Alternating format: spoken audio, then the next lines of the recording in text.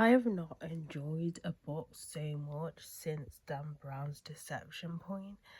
This is so good. Like from the first page, I was hooked onto it. This is such a good read. Now, this is fantasy, which heavily fantasy, which it's not a genre I tend to tend to kind of what's the word, get drawn into. But I remember seeing this in a bookstore and reading the blurb, and I'm like, this actually sounds good. So I put it on my book wish list, and I decided to actually get it, and I'm so glad that I got it.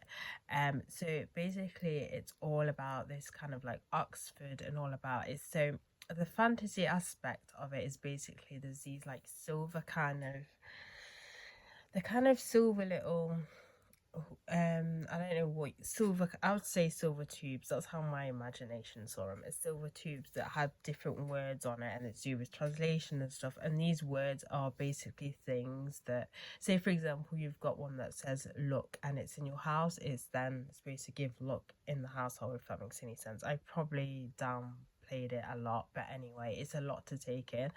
And basically that's all happening on, but there's a conspiracy. And if I was these group of friends that are basically studying translations and everything, and there's this tower, and as I said, there's a what's the word, conspiracy around it, and this like secret organization and everything like that. Even though I did enjoy it, there were times where it was a little bit hard to follow. As I said, I'm not really used to heavy fantasy. I don't know if that's a normal thing with heavy fantasy, where it can get a little bit confusing to follow. I don't know. Even though saying that, I did really enjoy it. It was something that I was really hooked on.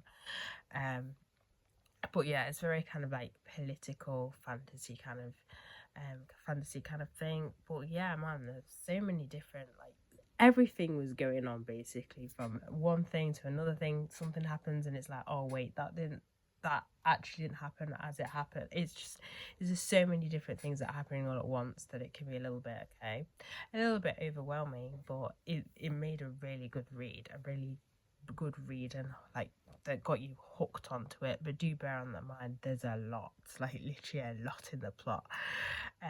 But yeah, as I said, I really enjoyed it. So it's by R.F not for Kuang. I don't know, I've probably said her name so wrong, but basically it's based on because I think she is Chinese, so it's very heavily kind of political on that side as well, when it comes to kind of discrimination and everything, with not just Chinese background but other kind of backgrounds that aren't English, and also kind of this kind of thing with sexism and everything. So there's that as well. But as I said, I really enjoyed it, for me to really enjoy it, like literally 5 star. But yeah, I do want to try out other books by her. I might want to try the Poppy War. I kind of want to avoid the other one, Yellow Face, because I know when that came out there's a lot of controversy over that. But I don't know, maybe pop into Yellow Face, but I'm not 100% sure. But yeah.